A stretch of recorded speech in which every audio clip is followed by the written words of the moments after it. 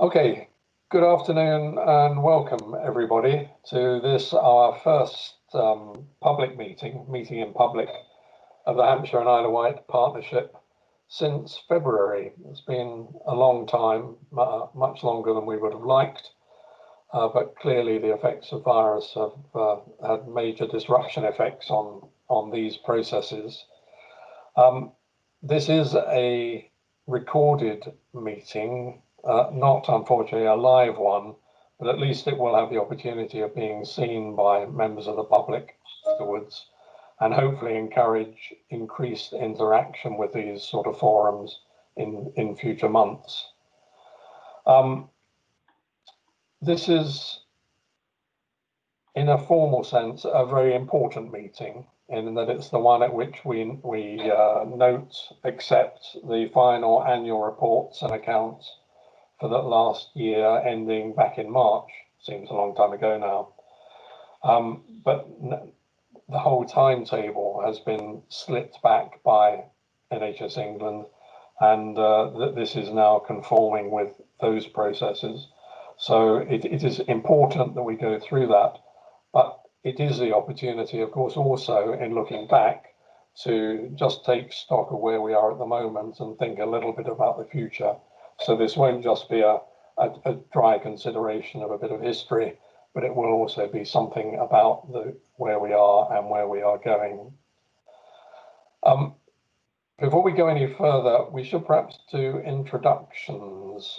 We have about 21 people on the call, I think, and I don't think anyone would expect anybody to remember everybody, but I think it's nice that we could just go through and show you who everybody is on this august body. My name is Peter Cruttenden. I'm a non-exec on the partnership board and chair the board of the partnership, and have done for a while now.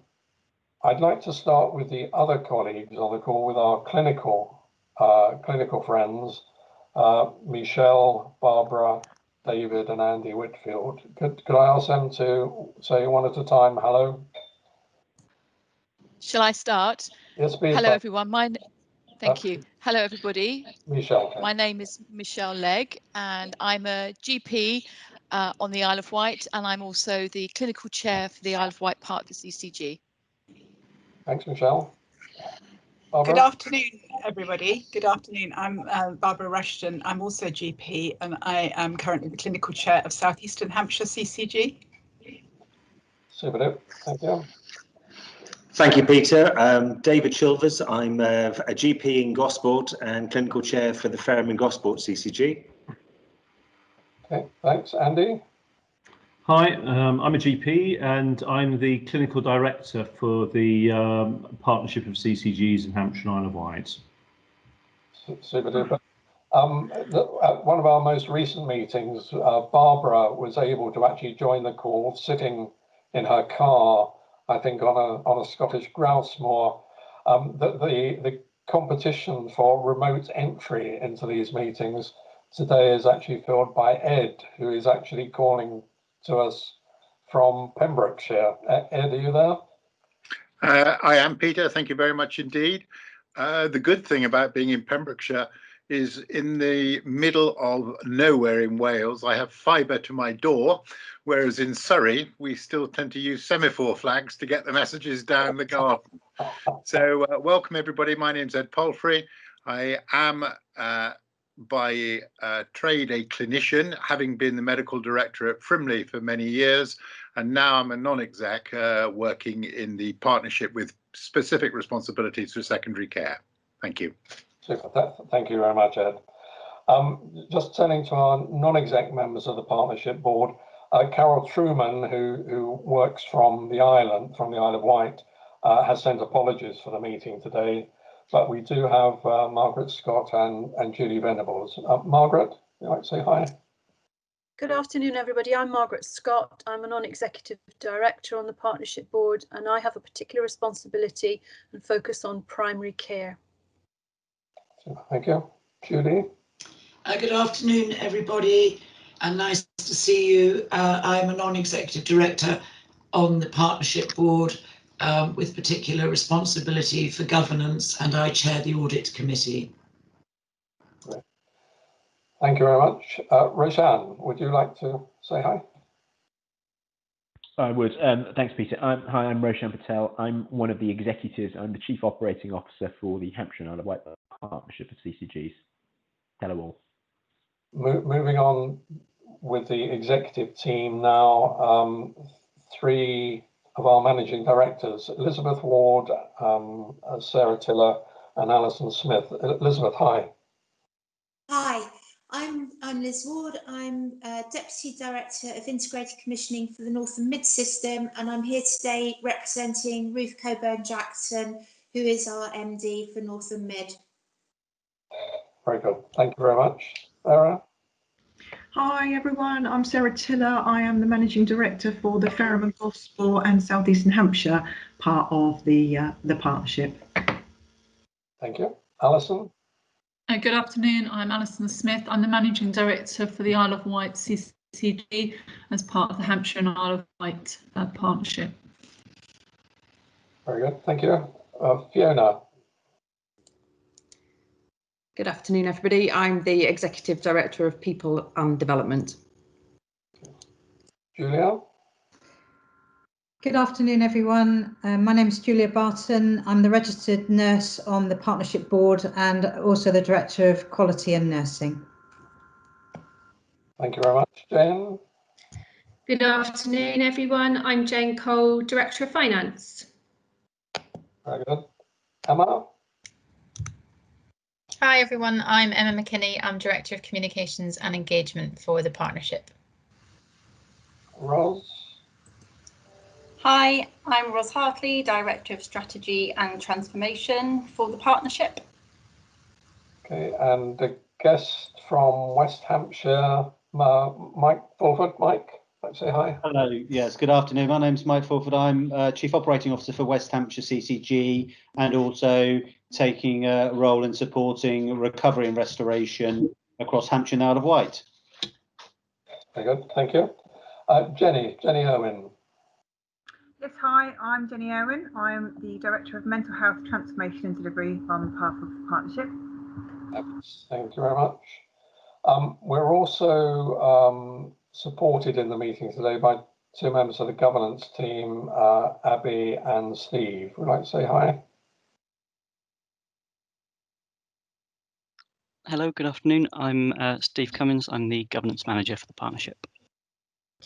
And hi, I'm Abby Eels. I'm the Head of Governance for the partnership. Super duper. Thank you very much indeed. Does anybody feel excluded from this? Anybody? Emma? I thought we did. No, I've introduced myself. Yes, we did. Thank you, Roshan. So I think that's everybody. So thank you very much. Now, in terms of the agenda today, what we're hoping to do is to cover sort of three key areas. One is to take some updates from the some of our key committees for the partnership board, to have a quick run through the governing body assurance framework, and as I said earlier, to actually focus on the reports and accounts for 1920 and the future. In terms of formalities, the next item is our register of interest and the declarations of any interest pertinent to this particular meeting. The papers have been seen by everybody, and unless anybody puts their hand up, I'm assuming there will be no amendments or changes that people wish to notify at the moment. But I would ask the governance team where we actually are on the annual update and review of registers of interest. Is this proceeding reasonably speedily, and is it nearly finished, I guess is the question. Yes, thank you, Chair. So the governance team, we've received a declaration of interest from just over 3/4 of the partnership board members. Over the summer, we established a conflict of interest annual work plan, and targeted reminders are scheduled to be sent out in the next few weeks, which will hopefully prompt the last few submissions. Okay, very good. Thanks very much. Okay, next item is the draft minutes from the last meeting in public on the 27th of February. Does anybody have any comments they wish to make on that, or can we assume it to be a true and fair record? We've had no prior notifications of changes. So without anybody indicating, we will take that as accepted. Thank you very much, and we will sign those in due course. Item 4 on the agenda is the action tracker, which is not terribly interesting today in that it has no active items within it, which is an indication of the amount of time passed since last we met. Are there any matters arising from the minutes that people wish to raise?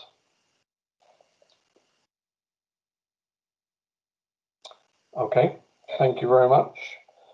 So now moving on to the more substantive items on the agenda, we have updates from 3 of the committees: the Clinical Delivery Group, the Primary Care Commissioning Committee, and the Quality Performance and Finance Committee. Andy, would you like to kick us off with the CDG, please? Sure. Hi. So you've had the paper which summarises our last meeting on the 17th of September. That was in fact the first meeting that we've had since March due to the pandemic. So this committee was one of the ones that was suspended in order to focus on the activities required for the pandemic. And indeed, we spent quite a lot of time in the meeting taking stock, looking at some of the issues that were very important prior to the pandemic, such as integrated care teams and the integrated intermediate care programme working with Hampshire County Council. We also spent an amount of time just considering our future as we move into the new ways of working with the other CCGs across Hampshire and Isle of Wight and the ICS. And the focus required, and so that will certainly require further discussion with our new partners as we move forward. One of the tasks for the last committee was to look at some of the priority recommendations that had come out of the priority committee, and in the interest of time, we undertook an email process of approval, and subsequent to the committee, we did approve of the processes for shoulder decompression surgery, pelvic organ prolapse surgery, and ultrasound treatments for fractures, and we approved the recommendations that came out of the priority committee. Given the nature of the ever-changing priorities, we are meeting now monthly moving forward. And our next meeting is in October. Could you say just a couple more words about the priorities, and that this is a decision by the committee that eventually gets percolated out to all of the practices? Is that how? So across Hampshire and Isle of Wight, there is a formal priorities committee that looks at certain treatments and certain procedures and considers the evidence base as to whether they're effective and whether they're a reasonable use of NHS resources. Indeed, the committee is chaired by David Chilvers and produces a very clearly evidence-based recommendation, which then passes to the CCGs for approval. And one of the functions of the Clinical Delivery Group is to consider those recommendations on behalf of the governing body. Once the Clinical Delivery Group has approved or otherwise, those are then percolated down to the individual CCGs, the managing directors of the areas, for introduction with the local providers. That's very helpful, Andy. Thank you very much. Any questions or comments for Andy?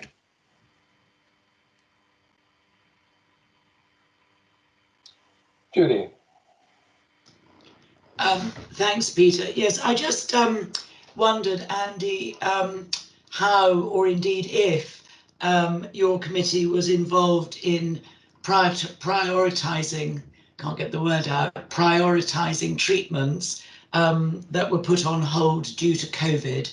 We hear a lot about this in the media, and I know it's part of the restoration and recovery plans, but are you and your committee asked for opinions or views on how that might happen? So we have debated that very subject on a number of occasions in that committee, but also in the Hampshire and Isle of Wight ICS Ethics Committee, and indeed at lunchtime today a meeting with the community and primary care clinical leaders.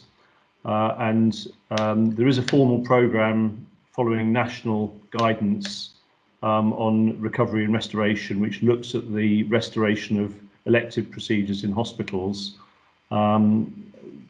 At lunchtime today, we have a number of individuals from primary care that are now going to join the acute hospital priority setting process in order to add an additional perspective from the community into their internal processes.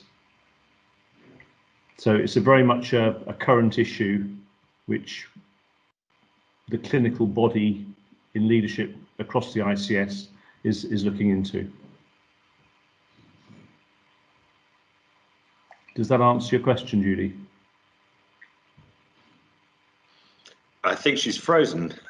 I think either that or you stunned her into silence. All right, thank you, Andy. Any other comments, questions? Could I just very quickly follow up on Andy's brief there, which I think was excellent. Sorry, the dog's barking in the background. Yes, it's absolutely vital that we try and minimise the harm to patients. So those people who have conditions whereby their treatment or their condition will deteriorate in the short term have got to be prioritised. There is this never event of a 52-week wait, which unfortunately is rearing up more and more. And it may well be that the clinicians amongst us will be pressing that we don't have the same imperative as the politicians about the 52-week wait, because there is a real importance that we mustn't let people deteriorate, so that, for example, things like cancer surgery is impaired because we have to fit other targets. So just a heads up that the clinicians are really keen to do what is right for our population. Thank you, David. Andy, did you want to come back on that? Yeah, so one of the quite clear, firm developments during the pandemic has been the coming together of the different clinical communities from secondary care, primary care and community care to understand each other's issues in a clearer way. And so it was a very useful conversation at lunchtime, understanding the pinch points in the elective care pathway and how collectively we might be able to make changes to improve for the patient's benefit, to reduce any waiting times wherever possible. Okay, thanks very much. Julia? Thank you, Peter. I just wanted to add around the issue of harm reviews that we've set up a Hampshire and Isle of Wight wide process to detect harm in people that have been waiting for extended periods or who haven't presented for assessment. And that is quite a proactive approach. So we're trying to drive it to the point where the clinician sees the patient and determines, so we can capture in more real time what's actually happening, and then make sure that we feed that back into those that are making the decisions around prioritisation. And if there are any themes emerging from those harm reviews, we have a system to feed that back in and make sure that people are prioritised appropriately. So and actually one of our acute trusts has tried to digitise that process, so we will get some very robust data from that once it's embedded. Okay, very good, thank you. Anything else with the CDG report? Very good, thank you very much, Andy. Okay, thank you. Can we move on to the Primary Care Commissioning Committee? Thank you, Peter. Yes, there's some feedback from somewhere, I'm sorry. So the Primary Care Commissioning Committee meets usually on a monthly basis, although we missed a couple of months because of the pandemic. We last met on the 10th of September, and it was a very useful and interesting meeting, and it was particularly helpful to have Mike Fulford, Rachel King, both of them from the West, and Claire Parker from the STP, Strategic Transformation Programme team, speak to us. And it was a very good example of how the NHS is working much more collectively at scale. So we had a very good presentation on the digital roadmap and on the restoration plan.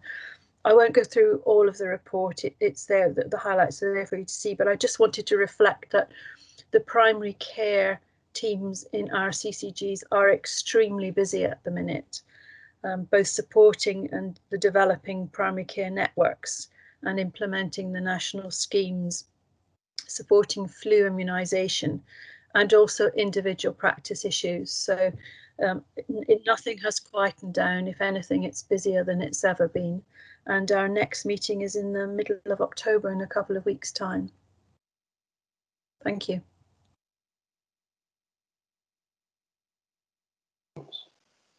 Sorry, comments or questions for Margaret?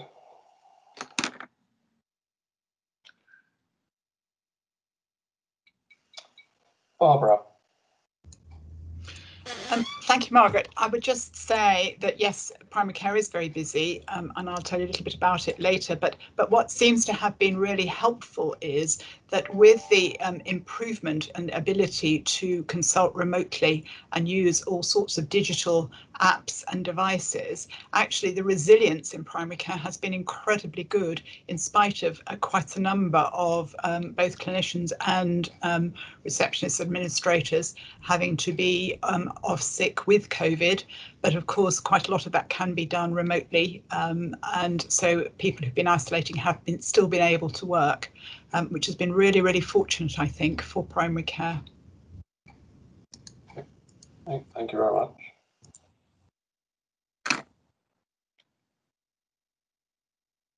In terms, Margaret, in terms of the general resilience across the piece, this has obviously been a very taxing time for all practices. That doesn't matter where they are. Bearing in mind that some had some very specific challenges before, do you think that resilience is more stressed than it was, say 3 months ago, or do you think some of these now feel better under control? I think what the pandemic has helped happen is it has demonstrated to practices the real value of working collectively. And I think there will be some developments that will come out of that, which will perhaps not be obvious to patients, because a lot of the efficiencies could come from collective working, if you like, in the back office rather than at the forefront. But I think the GPs worked incredibly well together, and I think, actually, if you want my personal opinion, the pandemic has actually moved primary care forward at a faster rate than it would have done without that impetus, and I think that's a good thing. Indeed. Okay, thank you very much. Okay, if there's nothing else, then we will move on to the Quality, Performance and Finance Committee with Ed, please. Thank you, Chairman. I'm presenting this because, unfortunately, the normal chair is unable to be with us today, and as I'm deputy chair, I'm the natural successor. The last Quality, Performance and Finance Committee actually was a welcome change from our previous last few, which have obviously been COVID dominated. And the last one actually was the beginnings of looking at our recovery from this, which I hope we are able to continue. Under exception reporting about quality issues, there were some concerns about some safeguarding that was raised by our Director of Nursing with South Central Ambulance Service, and that is under review at the present time. and there are some linked themes in these cases which are being worked through. In addition, it was noted that there had been 7 plus never events at Portsmouth hospitals, and the theme of looking at these was discussed. Many of them, unfortunately, are wrong site surgery, which the Trust is working very urgently on. You will note from the report that a care home in Farnham and Gosport has been closed following a CQC visit, but all the residents have been transitioned into other facilities. I should add that during COVID times, CQC ratings have become very difficult because of inspection regimes. Therefore, the information that we've been getting from CQC isn't the usual thorough information. And that really relates again to the next point in the exception reporting, which was the Isle of Wight Trust, which remains in special measures. And although there have been improvements noted, to come out of special measures will require a comprehensive CQC inspection, which obviously hadn't been able to be performed, although communication about a re-inspection that is likely in the autumn has been pursued. Under finance, again, the past has been very much COVID dominated, but new financial guidance and allocations have now been received for months 7 to 12.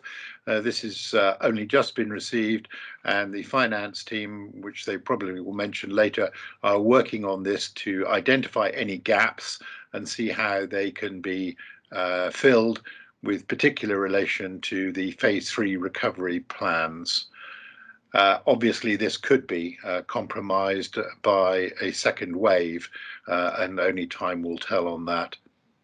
Underperformance, as I said when I introduced this report, this was a welcome change to be able to look at some metrics, because all our normal metrics had obviously been frozen during the COVID regimes, and they were very much based on restoration and recovery.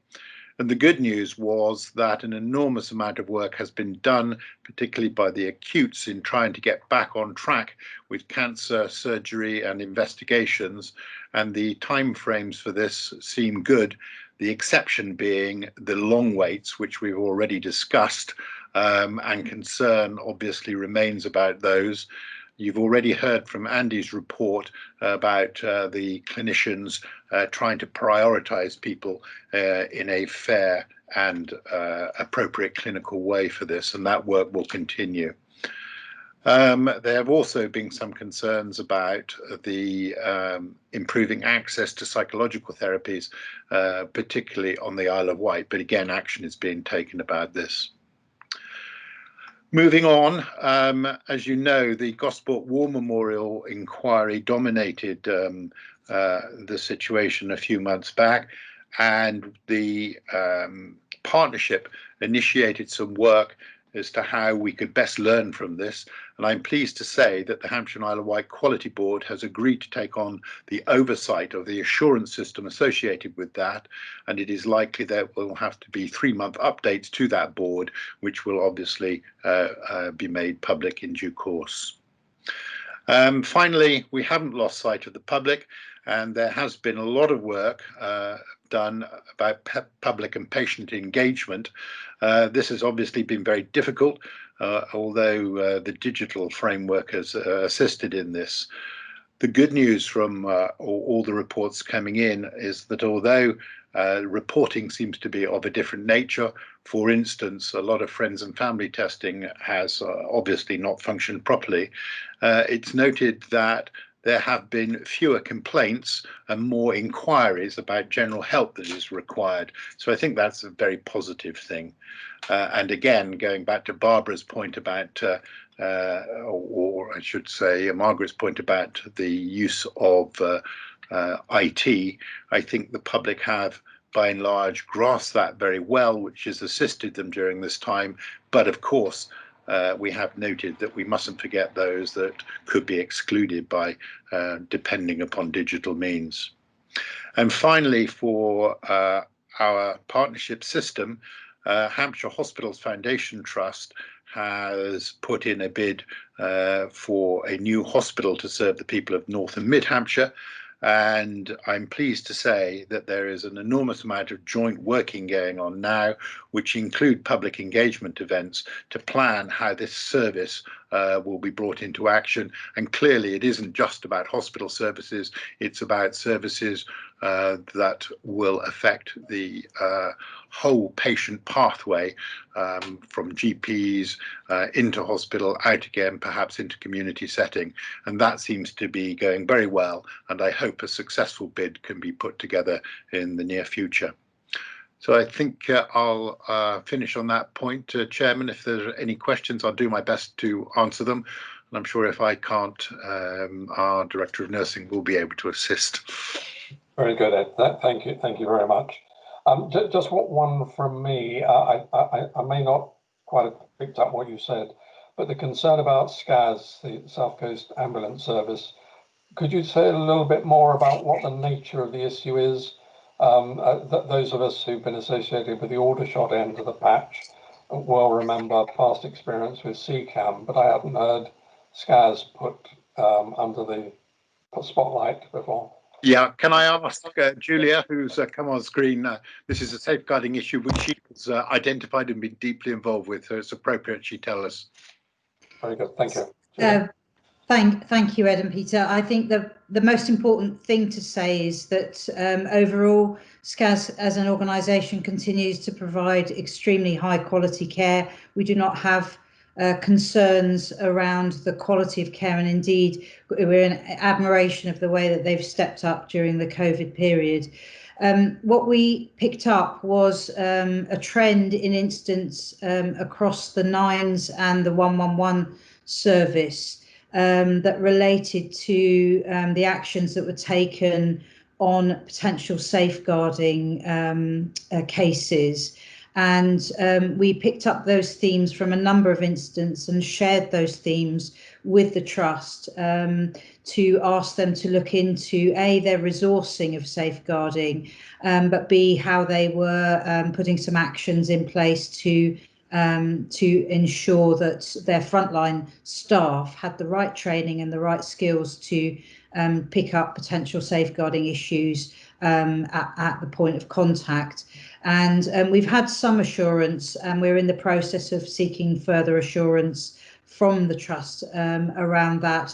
And we have all of our designated nurses and doctors from safeguarding involved in that. So I think it's a collaborative piece that hopefully will help them, and we'll be able to give them some support to make the necessary improvements. But we are still at the moment in the process of seeking that assurance. And that may well be resolved when we've done that. So, super duper. Thank you, Julia. That's very helpful. While we're still on this report, which has the finance section, there's been some discussion on the sidebar about bearing in mind the disruption that the virus has caused to patients and the public. It's equally been very disruptive in terms of how the monetary processes of the NHS actually work as well. And Julie was raising a question about where are we on the allocations. Jane, could you just bring us up to date on what's happening on this front and the extent to which you're comfortable with where we are at the moment? Yeah, of course. Thank you, Chair. As Ed articulated at the time that the QPF Quality Performance and Finance meeting took place, we had just received the allocations for months 7 to 12. And I guess I just need to remind everyone that during these unprecedented times, it was very difficult to for the NHS to understand the profiling of spend across the whole of this financial year. So we have been working in a slightly different environment. So the reason that the allocations have been received so late is that the NHS wanted to evaluate and stock take the money that we'd spent in the early part of the year in our response to COVID. They then needed to negotiate a financial settlement with Treasury, which, as I'm sure you can appreciate, would have been a difficult and time-consuming task. but we've now received those allocations on the 16th of September. We've been working through those allocations against our plans to try and determine the size of the financial gap within the STP. And early indications is that there is a gap. We're working through that at the moment with the other STP directors of finance.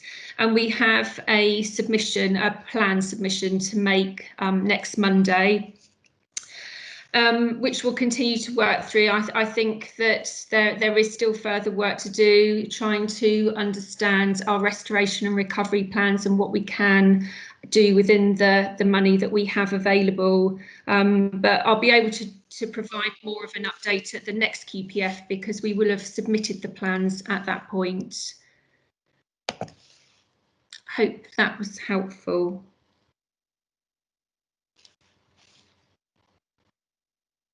You're on mute, Peter. Thank you very much. Thank you, Jane. Yes, that was helpful.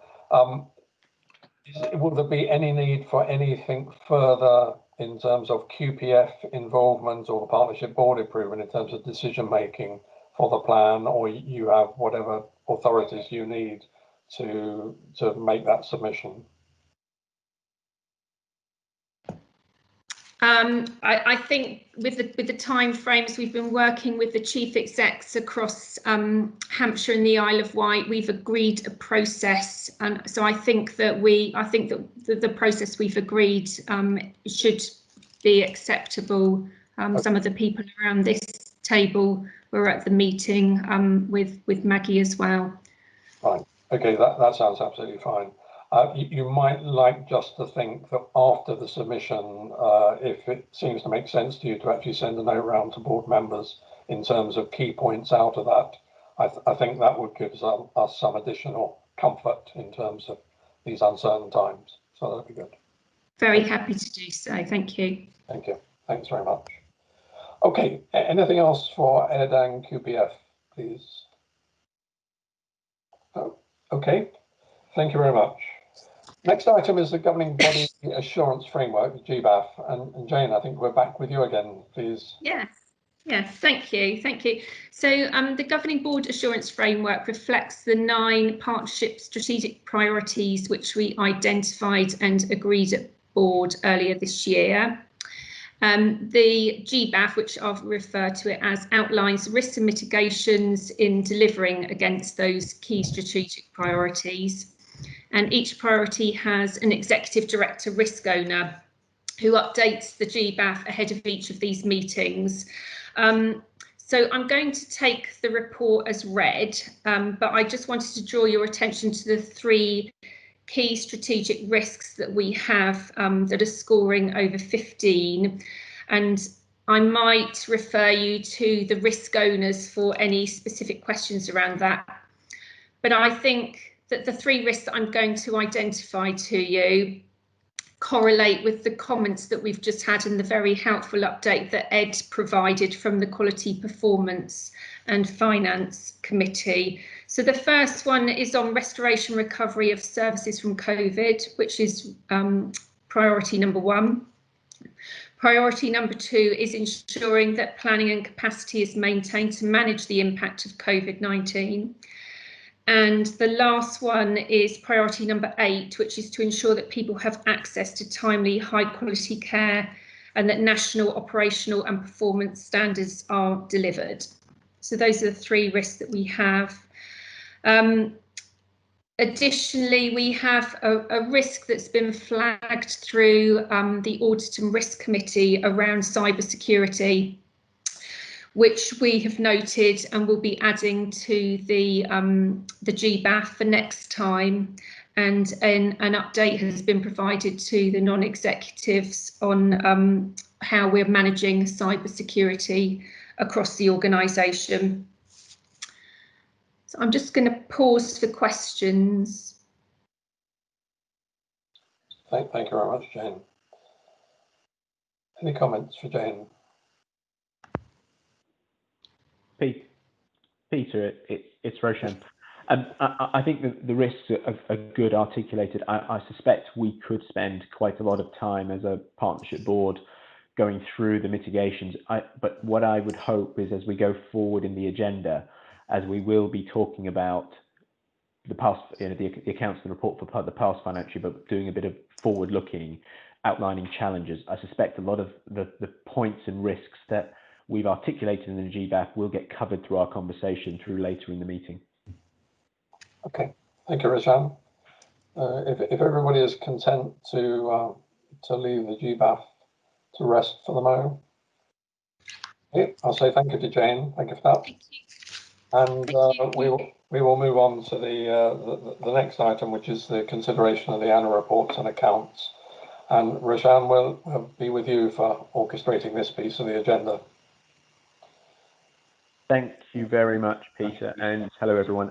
Just a reminder, I'm Roshan Patel, Chief Operating Officer for the partnership. And I'm here, not just with me, with a number of us are going to be just talking to you and showing you sort of a bit of a review of the 2019 annual report and accounts. And that entails the annual reports and accounts of 4 CCGs. That is North Hampshire, South East Hampshire, Isle of Wight, and Fareham and Gosport.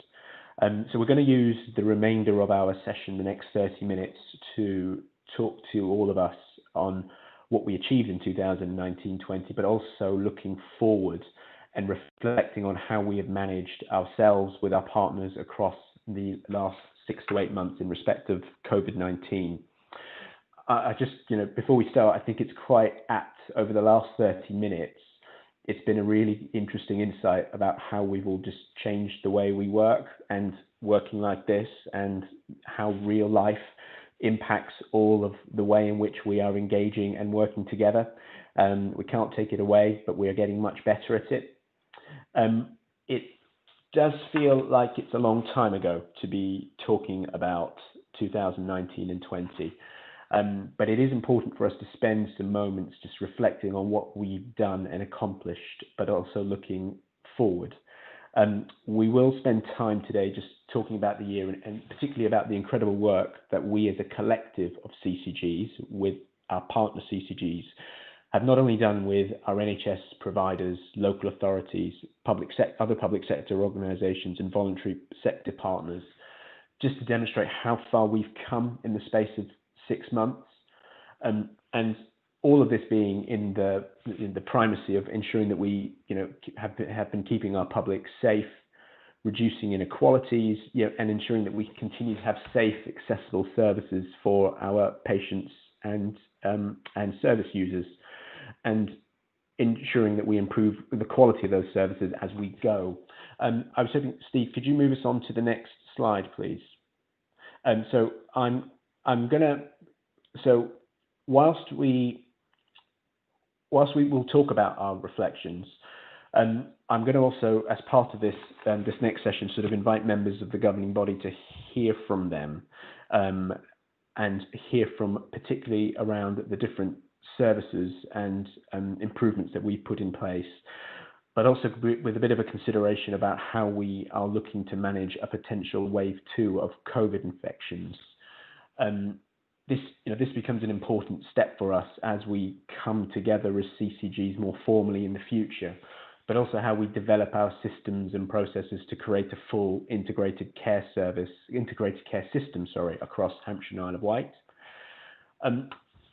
I'm going to now, before I talk a bit about our achievements, ask Jane to introduce and talk a little bit and introduce the sort of the financial outcomes from 2019. So Jane, I'm going to hand over to you now just to talk about some of the money. Thank you, Roshan. So as Roshan's outlined, there are 4 CCGs within the Hampshire and Isle of Wight partnership of CCGs. And for the year from the 1st of April 2019 to the 31st of March 2020, we spent just over £1.2 billion on our population of 794,000 people. We've tried to highlight some of the key areas in which our spend has been incurred across the year. And as you can see, over 50% of our spend is incurred in the acute setting. So that includes the hospital services and also ambulance emergency services. We spent just over 21% on services within primary care, which included our primary care, our prescribing and delegated primary care commissioning. So that's all of the services provided within primary care. So that amounted to £258 million, of which prescribing costs were 125 million. And then we spend within community services, and I know that some of my colleagues will be going into some of these areas in a little bit more detail later, so I'll just give the key headlines here. So community services, 111 million, which is just over 9%. Continuing healthcare, which is 91 million. And mental health services, 102 million, which is just under 9% of our services. Can we move on to the next? Thank you. Okay, so we've covered the first point. So in terms of the audit of our financial statements, we received unqualified audit opinions on the financial statements for all CCGs.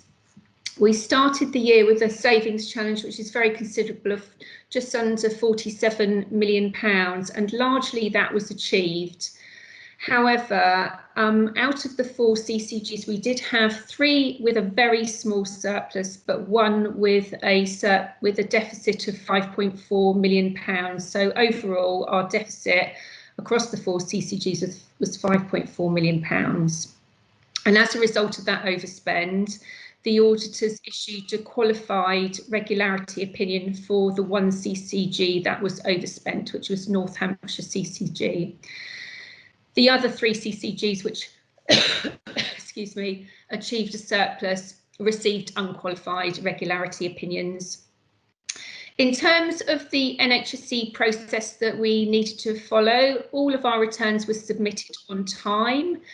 In terms of our running costs for the CCG, we spent around 1.3%. I've outlined already the interim regime that we're under in terms of the finances for 2020-21, but just to recap, so for the first part of the year, months 1 to 6, we received our allocations. We've had retrospective top-ups. So for the first 6 months of the year, we've broken even. For the last 6 months of the year, those are the allocations that we've just received that we're working through. We're developing the financial plans. We're looking at what's affordable within each system to enable restoration and recovery. And those are the plans that we'll be submitting on Monday next week. Thank you. Shall I just pause there? I think, Jane, I just want to say thank you, Jane, and very comprehensive, and I say also just a great achievement to you and the team in preparing the accounts and getting them submitted in time with accuracy. So a really hearty congratulations. I will, given where we are with the time, I would like to just move us on. So if I can move to the next slide. Some of what you see in front of you is a bit of a summary of some of the highlights of what was included in our annual reports. It's like we said, we should be I think we should be really proud of what we've done over the last financial year. I think it's very easy for us to simply forget, move on, whilst not spending a bit of time on some good reflection. I think the last 6 months of how we've had to deal with the COVID response has been difficult. It has been very difficult, I think, for all of us professionally, personally, but I do feel as a group of individuals and staff working across our system, we've all collectively risen to this, but we know it's not over.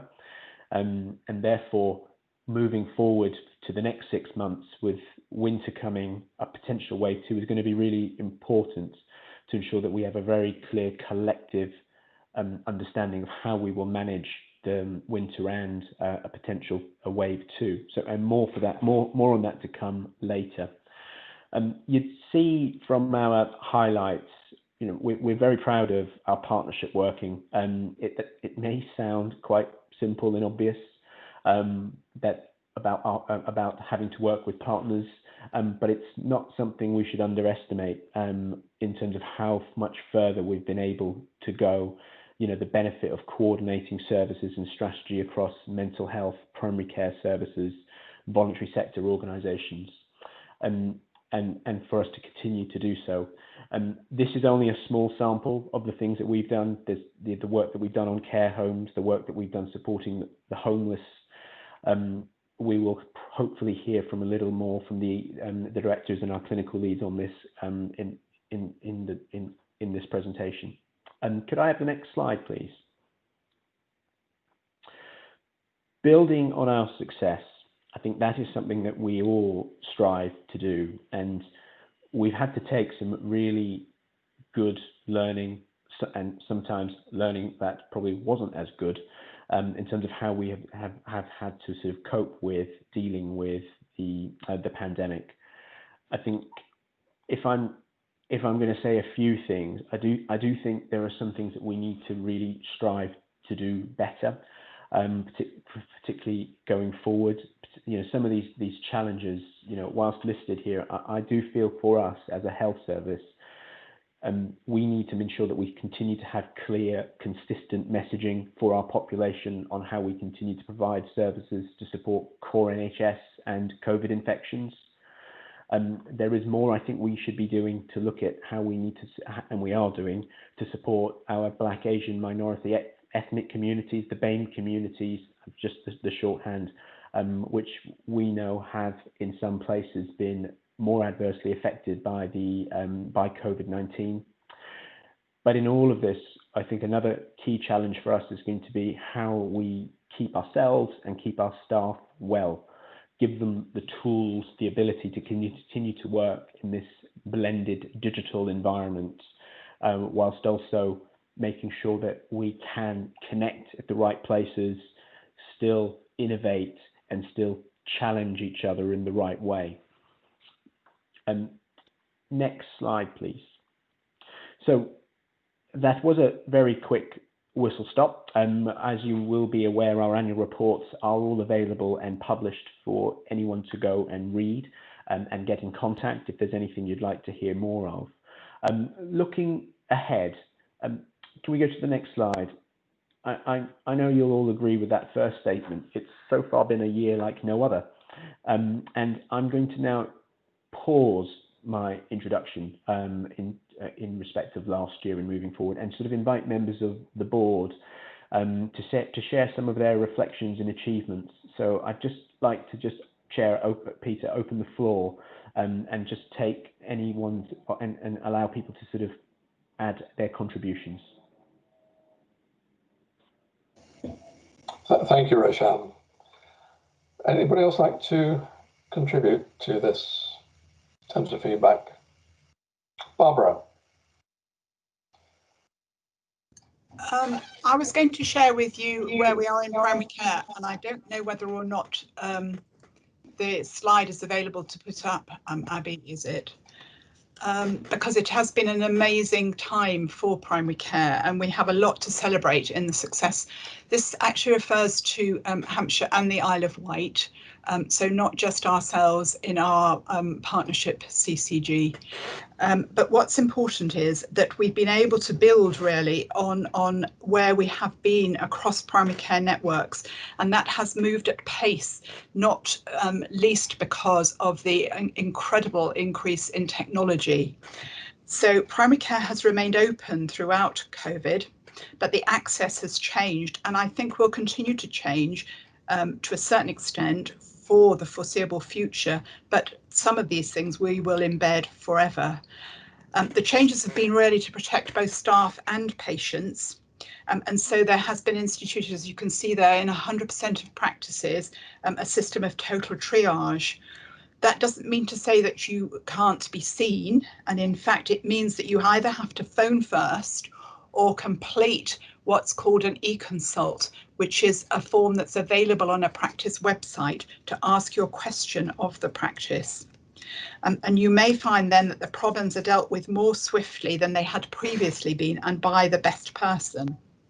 So you could end up with a telephone call as a consultation or even a video consultation, and you'd definitely be told how to access that on a phone or an iPad. But sometimes it's best for us to continue to see people face to face.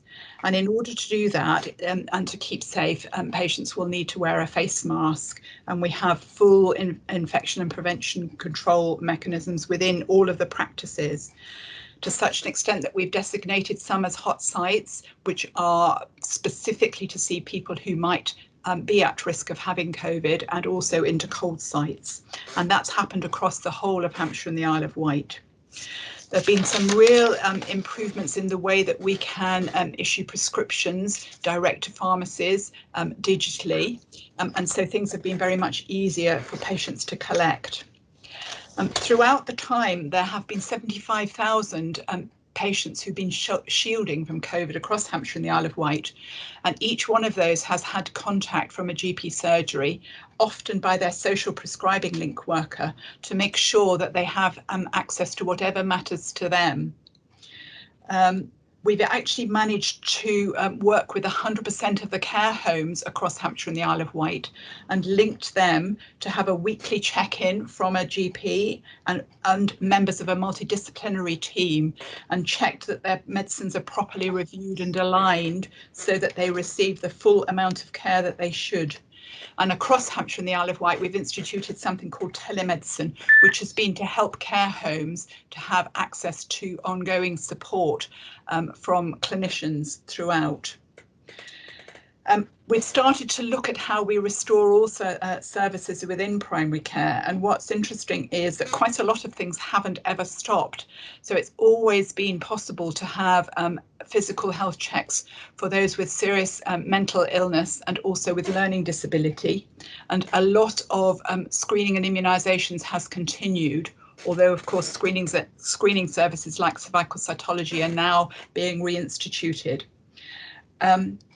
You're probably aware that with the increase in COVID, there is an increase in vulnerability, and I think Roshan has already referred to that, in that there are people of ethnic minorities and people of a certain age and potentially a male gender, where they're very much more likely to suffer long-term harm from COVID.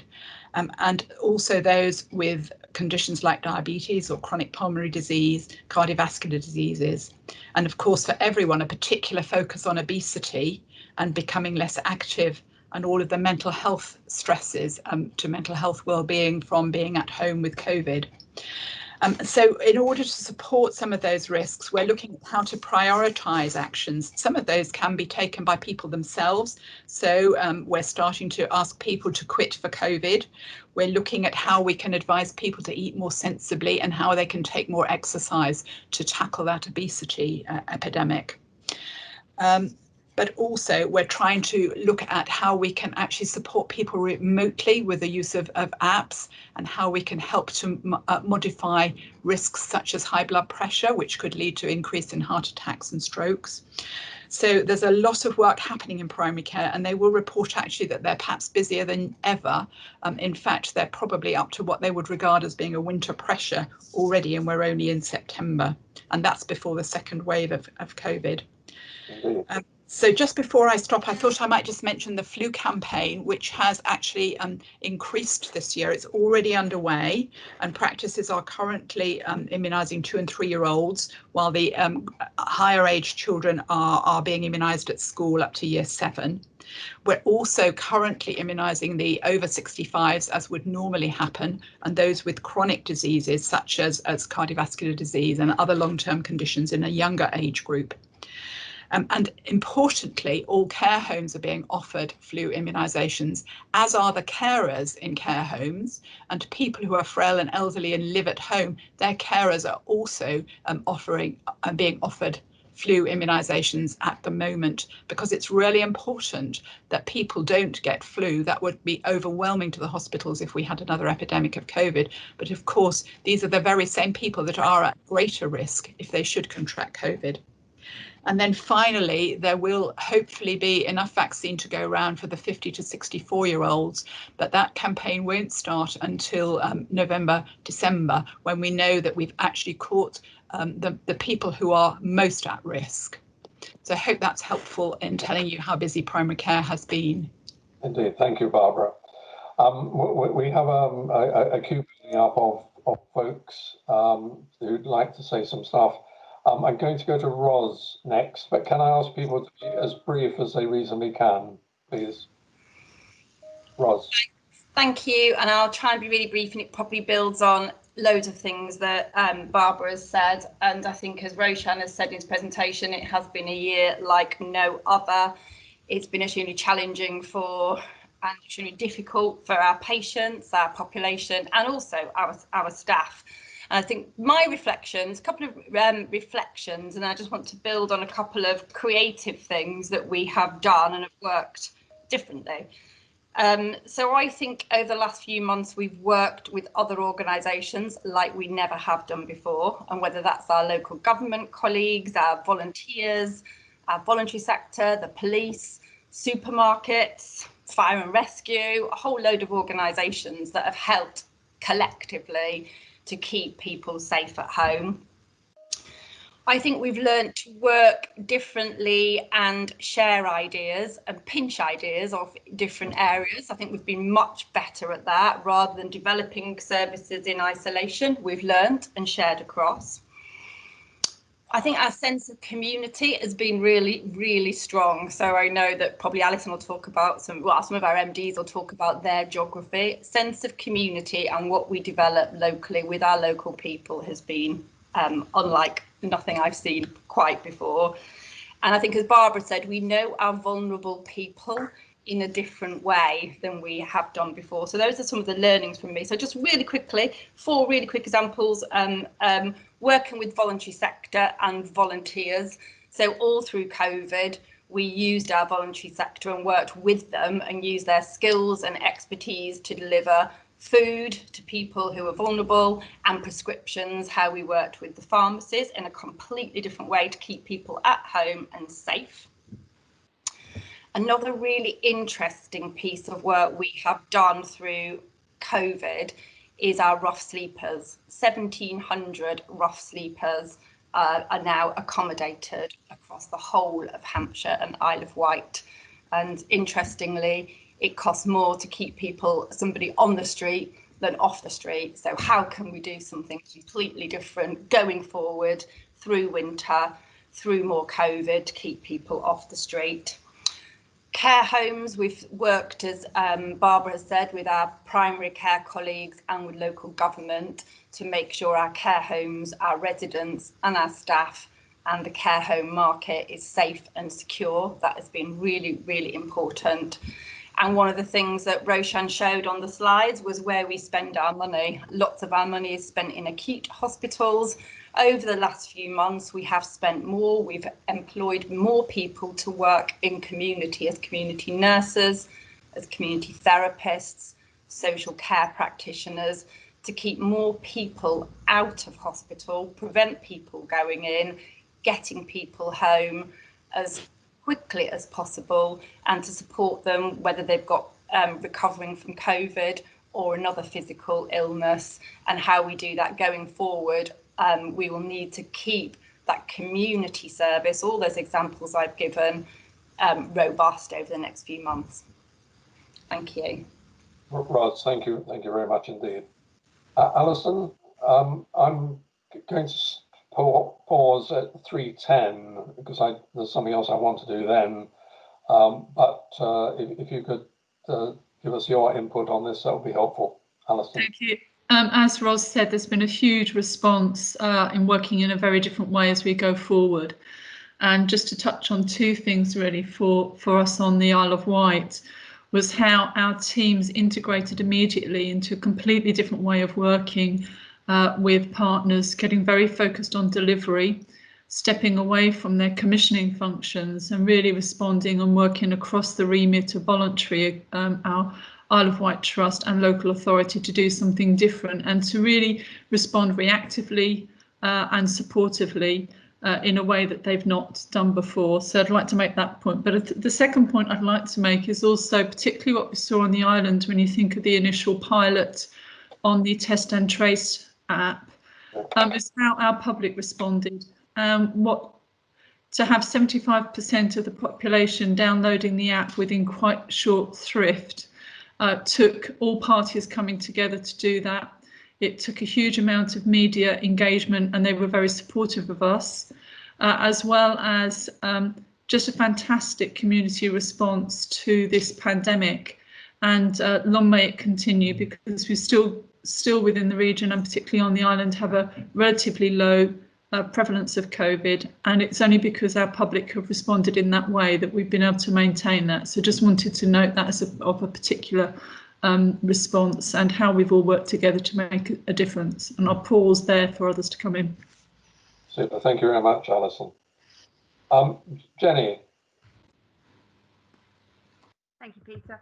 Just a very quick one from me. The last thing I just wanted to highlight, really, colleagues have talked about the fantastic joint working that's occurred across the system in terms of operational delivery, but just a reminder really that CCGs are responsible for the EPRR framework, which is Emergency Preparedness, Resilience and Response, for which, for the partnership, I'm the accountable officer as well as the accountable officer for West Hampshire CCG. So a big component of my role has been to work alongside Peter Horn in Southampton City to pull together the major incident response central team for Hampshire and the Isle of Wight. And I would just echo what colleagues have said, really, the fantastic support we've had in terms of coordinating one single function, all of our hospitals working together, creating a fantastic understanding of all of the inpatient and community capacity that we've got over the system has really enabled us now to prepare as best we can for what's likely to be an extremely difficult winter across the patch. And just real thanks to all of our services and teams that have worked together to deliver that, and the really strong altruistic attitude of everybody really to come together and do whatever's needed under that major incident framework has been fantastic. Very, very good. Thank you very much. I think we'll just take a brief interrupt now, because I know there are one or two people who want to say more on this topic, and I don't want to lose it. And I'm sure Roshan will want to wrap up the session before people disappear. But the one thing I do want to do now is to mark the fact that today is the penultimate day in the NHS career of Julia Barton. Julia, a long-standing member of our partnership board, but more specifically has given the most amazing number of years of service to the NHS in many, many differing roles, really quite remarkably varied career. Julia always shows a demonstrable passion for her subject. There is never any doubt about how committed she is to getting the possible best outcomes for patients. And interestingly, in spite of her longevity, she has managed to maintain a status of being an extraordinarily well-respected member of the NHS wider community. And believe me, Julia has a very wide community that she's formed time with the NHS. I'd also like to add my personal thanks to her for her membership of the board. The one thing you can be sure of with Julia is that she has a strong sense of collective responsibility, but equally she is very much her own person and has a delightfully crisp way of actually communicating her view and the importance of the things she regards as critical. And I think that's exemplary in terms of how she's operated. So my thanks, and I think on behalf of all of us on the board, Julia, we wish you a very, very restful retirement. And I suspect everybody will be bidding for those spare berths in your camper van when they are thinking about their next staycation. So anyway, Julia, thank you very much indeed. You are getting a very strong virtual round of applause. So thank you so much. Thank you for your kind words. Yeah. been an amazing team to work with. Thank you. Very good. Okay, thank you. Just reverting to the subject, I heard from Jenny. Sarah, would you like to say a few things? Yes, I don't know how I follow that, but I will attempt to. So just a couple of things from the Fareham and Gosport and South Eastern Hampshire area, which most of the things that others have talked about, that all of those things have been implemented locally. But a couple of things, my personal reflection in thinking about this is a lot of the foundations that we laid last year in 1920 are the things which allowed us to accelerate service change to support us through the pandemic. And locally, I think I'll just highlight a couple of local ones that are unique to Fareham, Gosport and South Eastern. So the first of those is that we've been doing a lot of work around our urgent care system because, as everybody knows, we had struggled in the Portsmouth and South Eastern Hampshire area in terms of our waiting times in ED and some of the outcomes for local people. And we have been developing a range of service changes to support alternatives to ED and redirection of patients to other appropriate services. And we've been working on those for some time during 1920. And during the pandemic, we have been able to accelerate some of those at a really amazingly rapid pace. That's included things like developing Gosport and Petersfield minor injuries units into urgent treatment centres with longer opening hours and a broader range of services. We've stood up a clinical assessment service for the whole of Portsmouth and South Eastern Hampshire. So we only had that for Portsmouth initially, but 24 hours a day, if people phone 111 and they have the right kind of conditions, then they will be initially triaged by a GP, a local GP with access to the local notes, and they will then be given an appropriate service to attend. And actually, hopefully, I would say that all of that meant that as we were the first area in the country to trial the new 111 First service, which involves those people who phone 111 being triaged and being booked into an appointment in ED. And we've incorporated into that the local clinical assessment service with the GPs. And that has been literally a national first. We've had the eyes of the whole of the NHS upon us, and that's an absolute testament to the work of the local teams, the local clinicians, the clinical leadership, particularly from our chairman, David Chilvers, into that space to help us drive that service change forward. And we went live with the full model this week. So I think that's something that's unique to us that we want to applaud, and we're now rolling out across the whole of Hampshire and the Isle of Wight. The other area that I just wanted to highlight is some of our work that we've done in the previous year around planned care. And we'd been a trailblazer in for the use of advice and guidance in our area, with something like 91% of specialties at our local hospital using advice and guidance. And during the pandemic, that was absolutely helped us in terms of ensuring that GPs were still able to get advice and support local people remotely. And we'd kind of moved to a much more digital first model already. So the national NHS England team have recognised our area as a success story. We've been asked to produce a showcase of what we've done and achieved. It's a great model of joint working across primary care and acute care to with all of the consultants and the GPs working together, and we've been asked to to showcase our work in Sussex and in Kent and in other areas. So you know, most importantly, it means that parts of the patient journey which may have taken weeks or months previously can literally be resolved in a matter of days. So those are a couple of things that are unique to us that I wanted to highlight. Peter, you're on mute. Yeah, thank you, sir. That's really really nice to hear. Thank you. Roshan, back to you, I think. Steve, could you put the slides back up, just the final two? And can we just all take a moment, I think, just to breathe out? It was quite incredible just how much we've just tried to convey in the space of 15, 20 minutes on everything that we've accomplished or are in the process of delivering.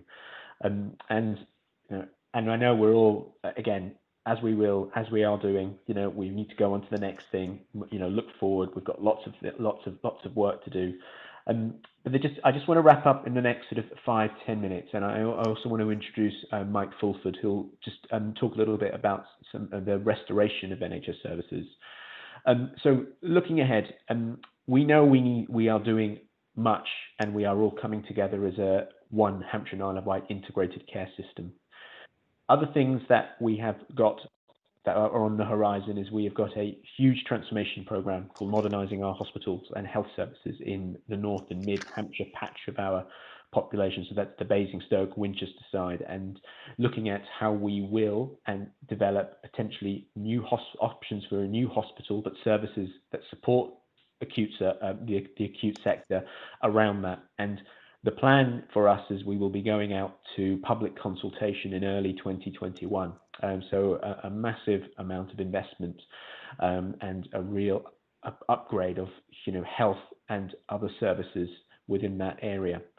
And then other things that we should also be proud of is we will all be coming together as CCGs to form one commissioning organisation for the future, which is quite a remarkable feat for all of us in really taking the benefit of working at a strategic level, but also ensuring we keep local systems, local partnerships all working and keeping those links to communities and people at the forefront.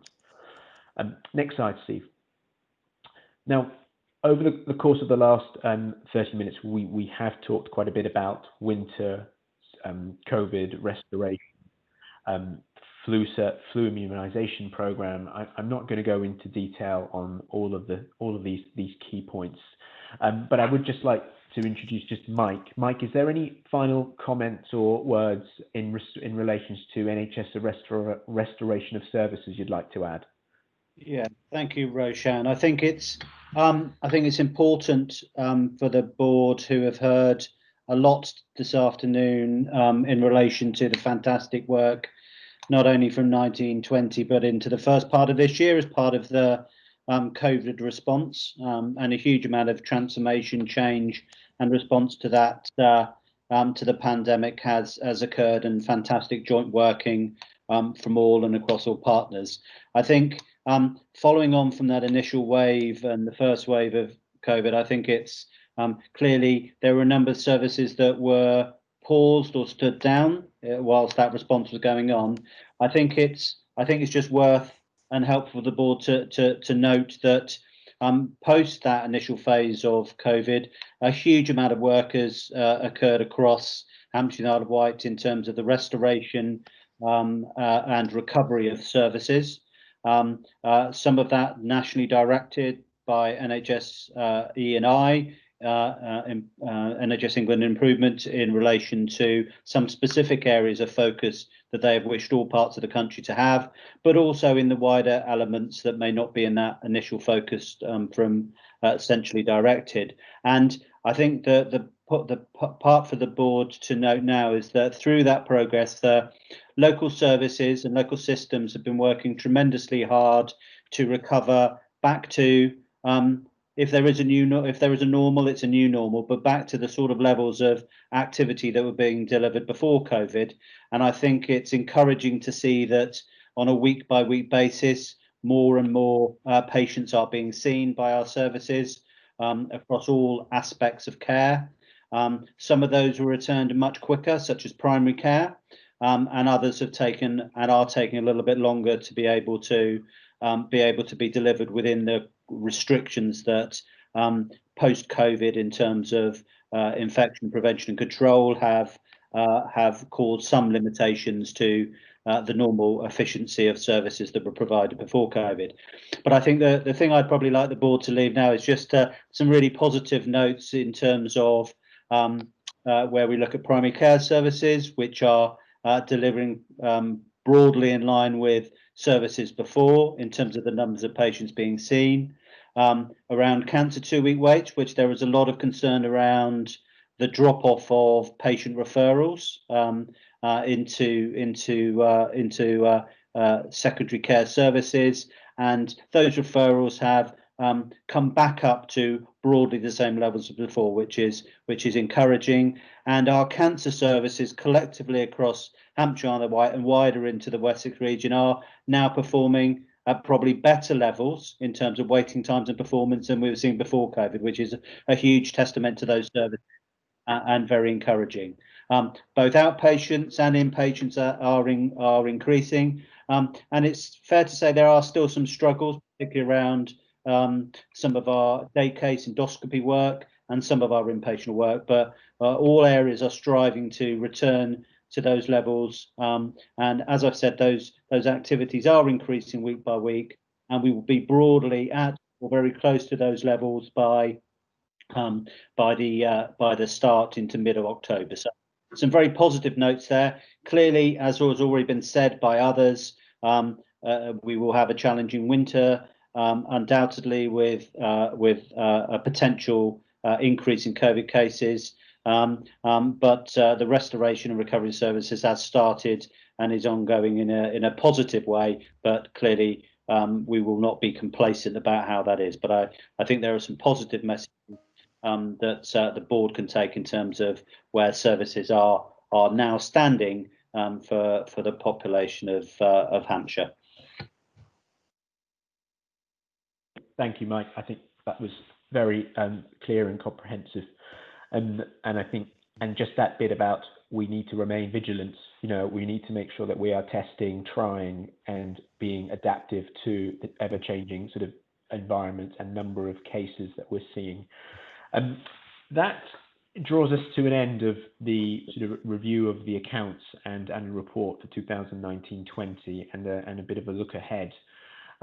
I will pause there for any final reflections. I think I just would like the board just to leave on just one thing, just to say, you know, well done to all of us. You know, it has been a trying and testing 6 months for us for over the last 6 months.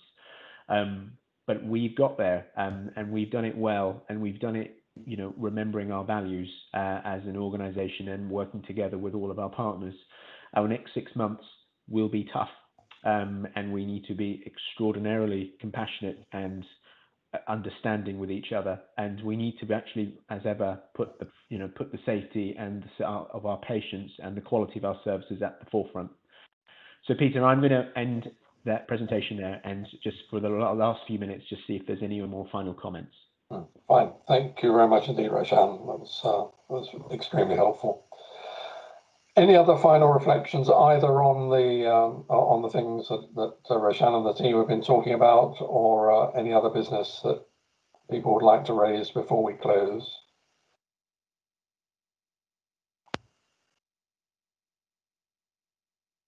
So let's sit there a moment. Very good. Thank you, Margaret. I would take that as a collective, nothing else. Thank you very much indeed to everybody for contribution to this, our first recorded partnership board. And we will look forward to seeing you in private mode in about a month's time. Remind me, Steve, the next meeting is? The next meeting is scheduled for the 5th of November. Okay. And hopefully without fireworks. There certainly seem to be very few bonfire activities are going to be going on at the time, but we don't need to compensate for them in the board. Anyway, thank you very much indeed, everybody. We will close that there. Thanks. Bye, Julia, and thank you. Thank you, Julia. Bye.